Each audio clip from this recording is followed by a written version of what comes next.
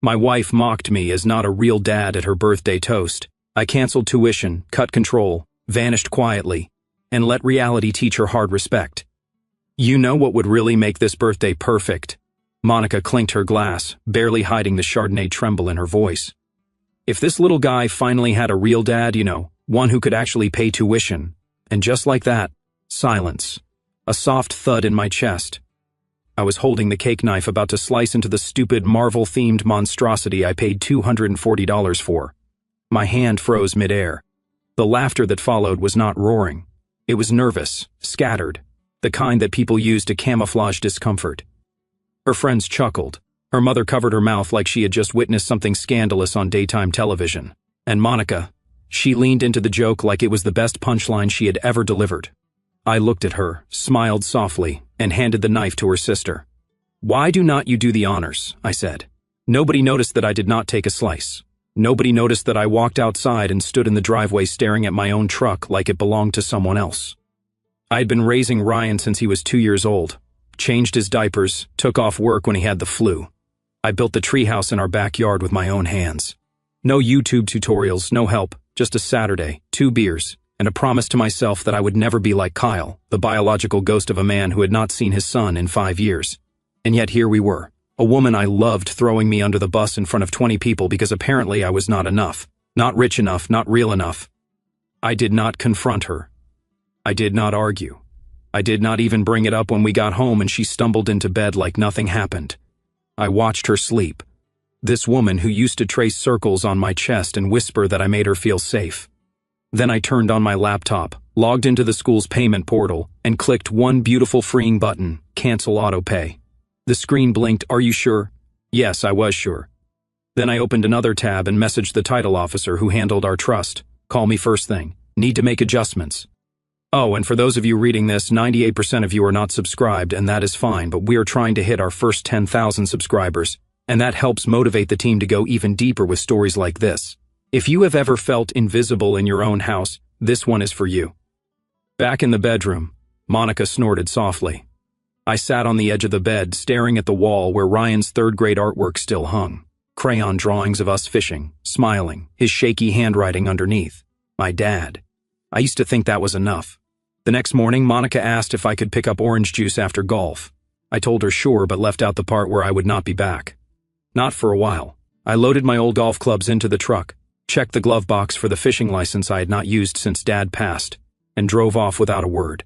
Not out of spite, out of mercy.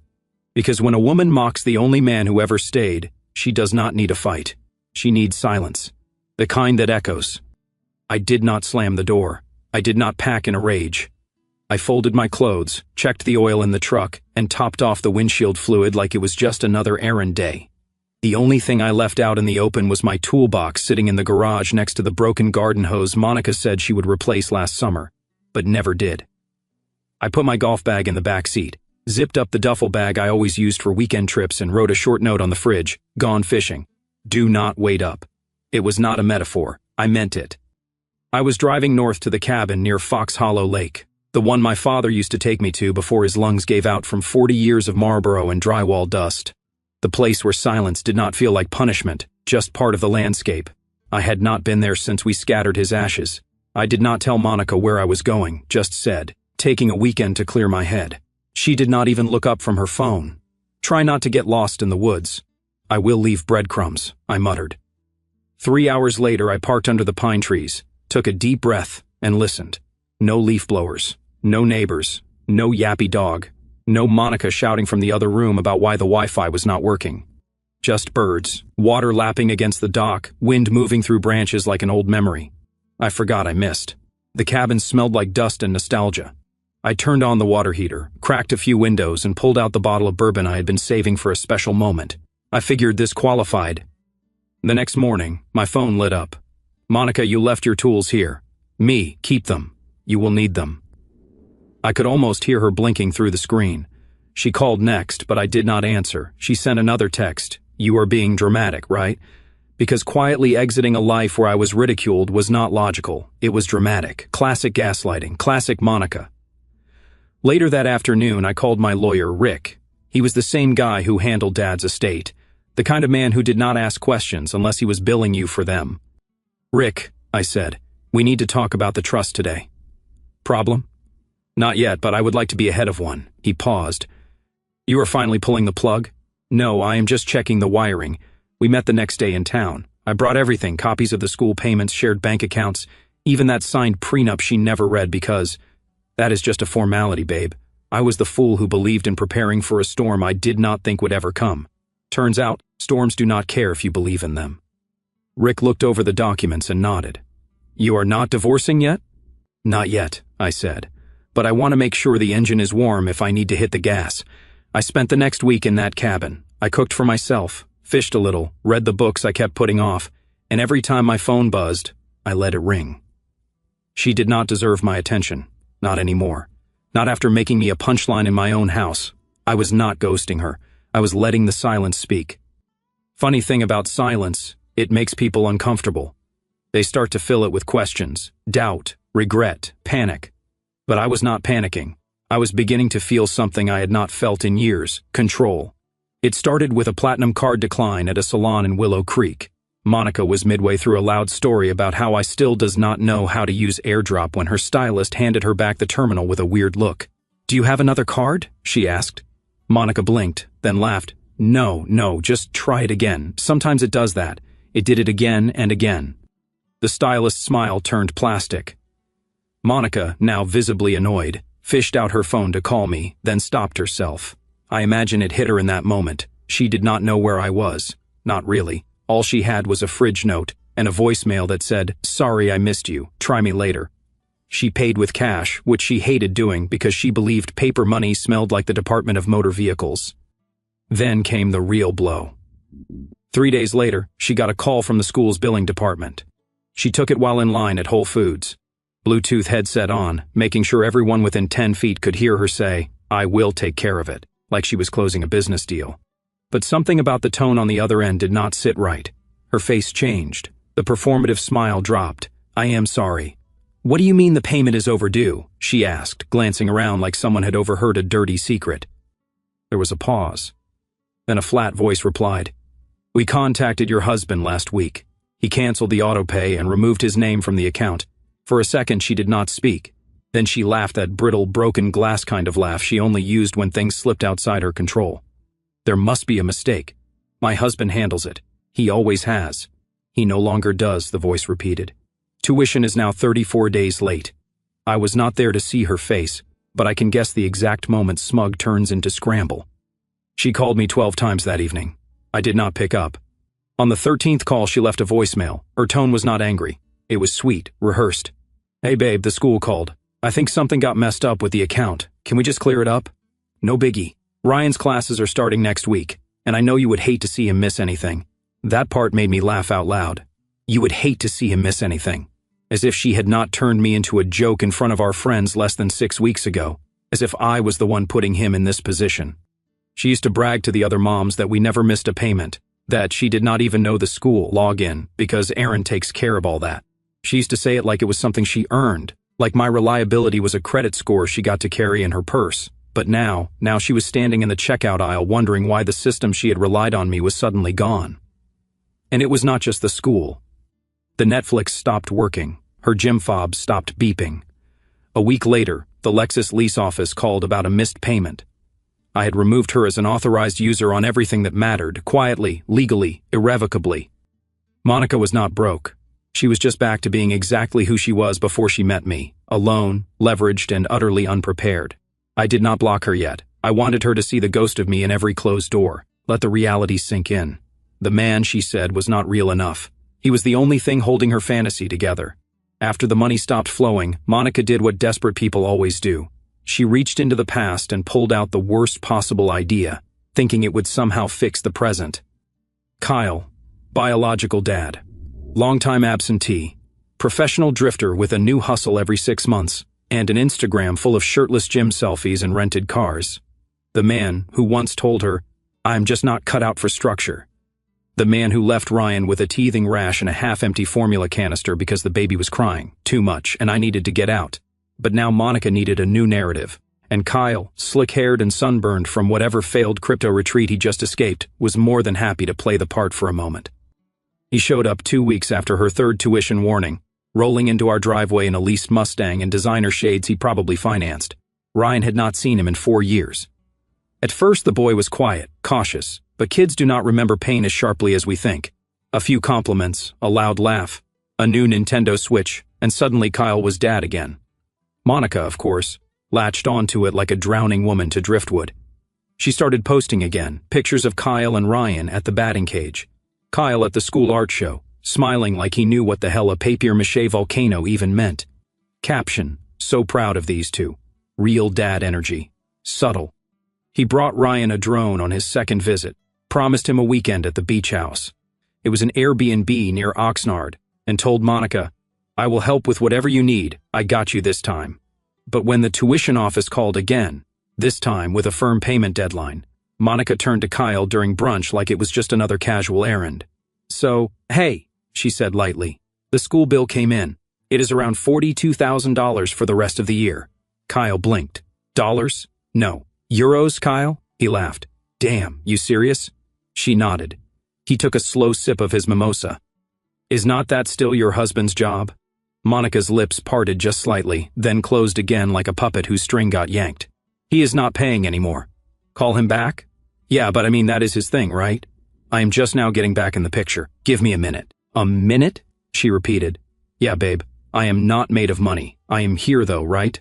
That counts." She did not say anything else, just stared at her eggs, while Kyle moved on to telling Ryan about a new motorcycle he might be getting if the Vegas deal lands.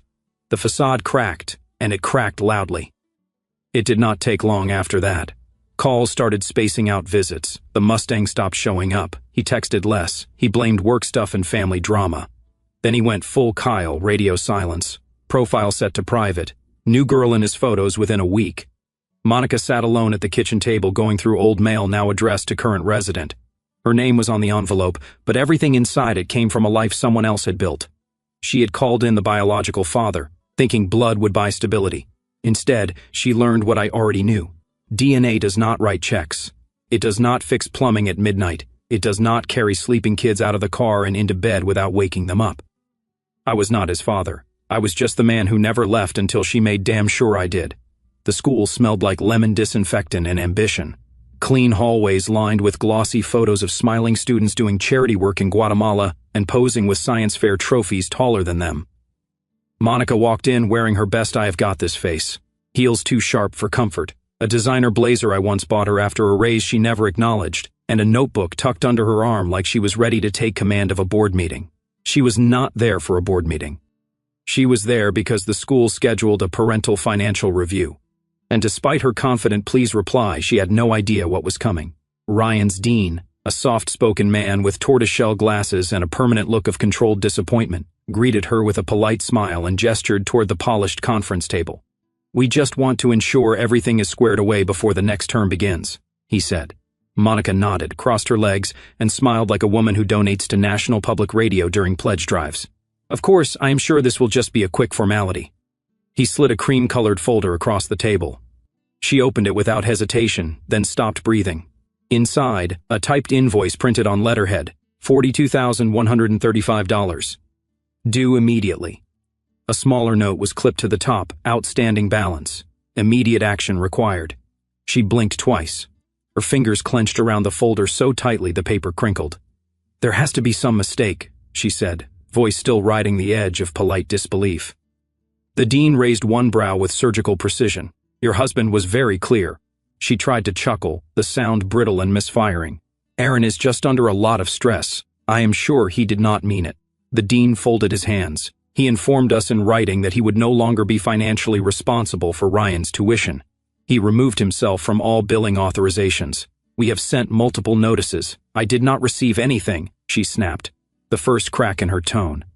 "They were addressed to him," the dean replied flatly. Monica shifted in her seat. The heels that once gave her power now felt like lead. "Look, I am sure we can work something out. Maybe a payment plan, a temporary hold." "We do offer those," the dean said, tone neutral. "However, Ryan's account has already passed the grace period. Unless we receive full payment, he will not be allowed to continue next term." And just like that, the wall started shrinking. The same school where Monica had once thrown silent shade at other moms with knockoff bags was now quietly preparing to evict her from its polished, ivy-covered halls. She left the meeting red-faced, her voice calm, but her eyes wide, darting around the parking lot like someone had just whispered the word eviction in her ear. That afternoon, she texted me again. "Monica, you humiliated me at Ryan's school. That is your son." I did not respond, not out of cruelty, but because I had nothing left to say. She made the joke, she made the toast, she made the bed. And now she could lie in it with a $42,000 invoice tucked right under her pillow. It started with whispers, sharp-edged and sugary, the kind that came laced with faux concern and barely veiled delight. Did not her husband used to cover all that? "I heard the school is still waiting on payment. I thought they had money. What happened?" I saw her wearing that same blazer 3 days in a row. The same women Monica once held court with, at school auctions and holiday brunches, now lowered their voices when she walked past. Their eyes lingered just long enough. Their smiles stopped just short of kind. The social architecture she had spent years crafting through brand-name donations, artful Facebook posts. And Ryan's pristine attendance was collapsing quietly but fast. And Aaron, the quiet type who used to politely nod his way through school events and always picked up the dinner tab. He was conspicuously absent. That absence grew louder with each week. He did not show up to the spring recital. He did not comment on Ryan's Student of the Month photo. He did not like anything. Silence had a sound now, and it was deafening. Monica kept pretending. She smiled a little harder, dressed a little sharper, laughed a little louder at school drop-off, like she was in on some joke nobody else got. But the illusion cracked the day Ryan came home with tears in his eyes. They had been talking about families in class, drawing who lives in your house for some saccharine assignment. Ryan's friend had asked him, "Why has not your dad come to anything this year?" That night, while she reheated boxed macaroni and cheese she used to scoff at, Ryan asked, "Mom, is he mad at me?" Her fork stopped halfway to her mouth. "Who?" she asked, even though she knew. "Dad," she forced a smile. "No, sweetie, of course not." "Why would you think that?" "Because he is not here. He does not even call me anymore." Her throat tightened. "I think it is because I told him I liked Kyle's car," he whispered. "That was dumb, huh?" She wanted to scream, not at him, at herself, at the memory of that stupid toast, at the picture of Kyle and Ryan grinning beside that red Mustang, at the quiet way Aaron used to put his hand on Ryan's back when crossing the street. Instead, she said nothing, because there was no answer that would not fracture the boy's heart. That week, Ryan's teacher emailed, "He has been unusually quiet in class, seems withdrawn. Any changes at home?" Monica did not reply right away. She sat staring at the screen, blinking at the words, trying to decide whether she should admit the truth, that everything was unraveling and it was her fault. She had built a fantasy, a curated life with neat edges and filtered photos. She had traded steady hands for flashy ones, loyalty for attention, love for leverage, and now the house was quiet. Too quiet. At night, she sat on the couch scrolling through old photos of Aaron and Ryan at the lake, at the zoo, at the breakfast table making messy pancakes. She used to roll her eyes when Aaron took those photos, said he was not present enough. Now they were the only evidence that someone had ever held things together. The external unraveling mirrored the internal one. She could not fake the confidence anymore. The tuition issues, the cold shoulders, the way even the teachers started saying Ryan's mom instead of Mrs. Langston because no one really knew who she was without the man she mocked. And slowly, neither did she. Monica had always been good at weaving charm into control, spinning just enough guilt into her words to make people dance to her rhythm. But as her circle shrank and the walls pressed in, she realized something terrifying. Aaron had cut the music, left the room, and locked the damn door behind him. She started with low-hanging fruit. His sister Rachel, "Hey, just wanted to check in. Any idea where your brother has been? Ryan is asking about him a lot." Rachel, never one to sugarcoat, responded with exactly 3 words, "Not my business." Then silence. So Monica tried Aaron's old coworker, Bruce, the guy who used to call her Queen Monica at barbecues, and brought whiskey Aaron pretended to like.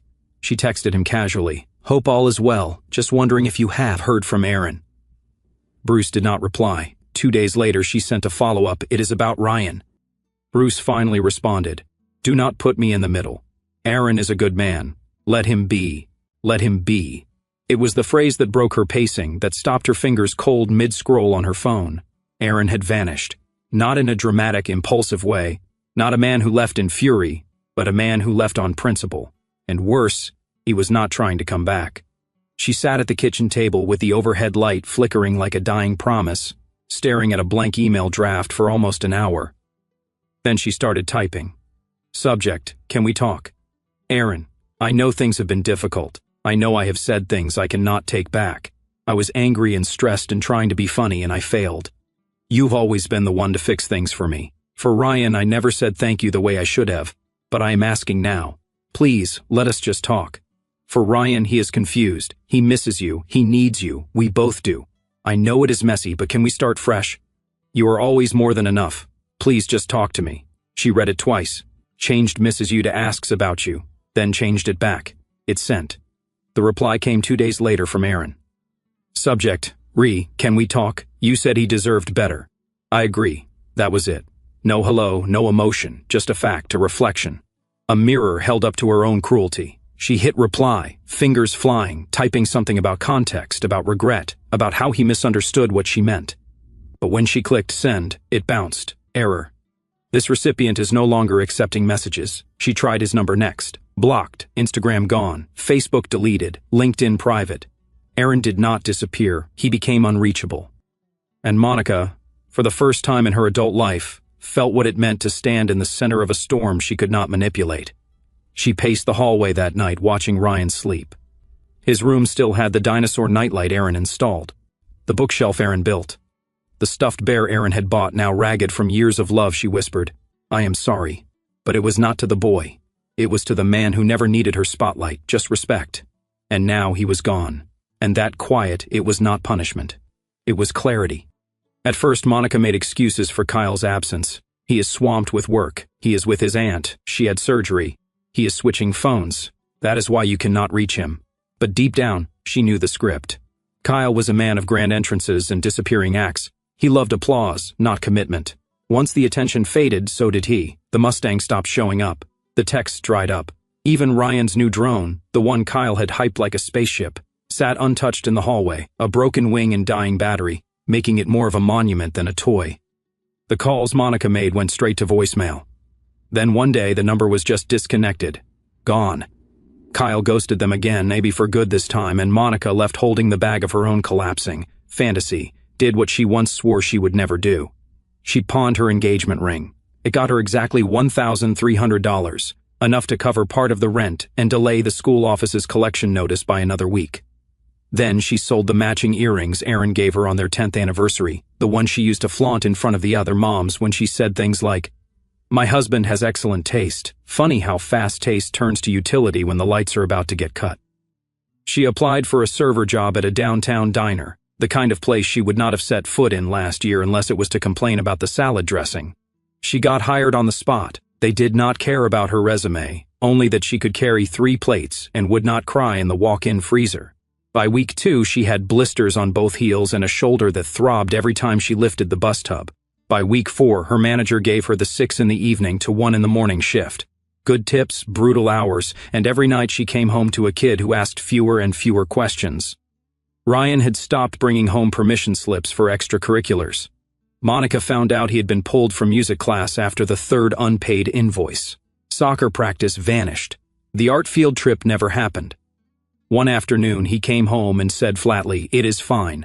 I do not want to do stuff anymore. That hit harder than any bill. The boy who once begged for extra piano time, who danced around the living room with paint-covered hands, now sat silent in front of a cracked tablet, watching YouTube videos on mute.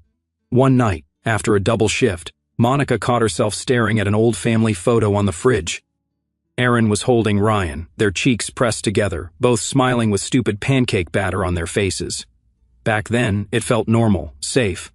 Now it looked like something stolen from another lifetime. The bills kept coming. The fridge made that clicking noise she had been ignoring. The car needed brake pads. Ryan needed new shoes. The apartment smelled like bleach and resignation. She once mocked Aaron for being too cautious with money, said he was boring, predictable. But now she understood something brutal and simple. Predictability is the most underrated form of love. Kyle was gone. Aaron was gone. Her savings were gone. And Monica, she was still here, but not in the way that mattered.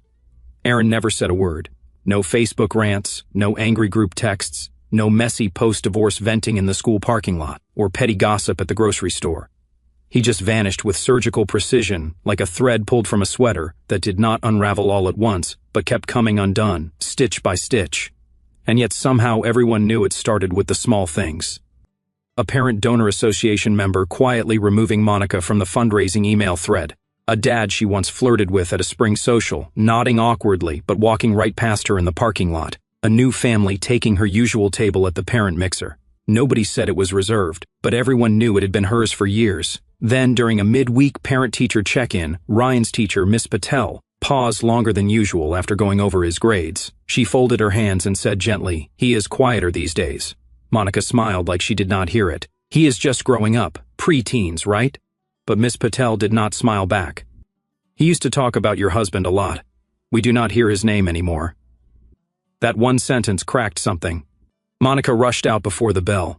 The school hallway, usually filled with smiles and nods, suddenly felt like it was tilting. Like every conversation behind half-closed doors was about her, and some of them were. A week later, Monica knocked on her neighbor Dan's door. His wife had just passed, and she brought over banana bread like she used to when things in her life were stable. Dan looked at the bread, then at her, his eyes heavy with something other than grief. He took the loaf, but did not invite her in. As she turned to go, she heard him say quietly, almost to himself, "Aaron was always good to that boy." It was the same look she saw again at a school open house. A younger mom, barely 30, passed her in the hallway and muttered just loud enough, "Aaron deserved better." Monica did not react. She could not. Her face had become porcelain-controlled, unreadable, but inside it burned.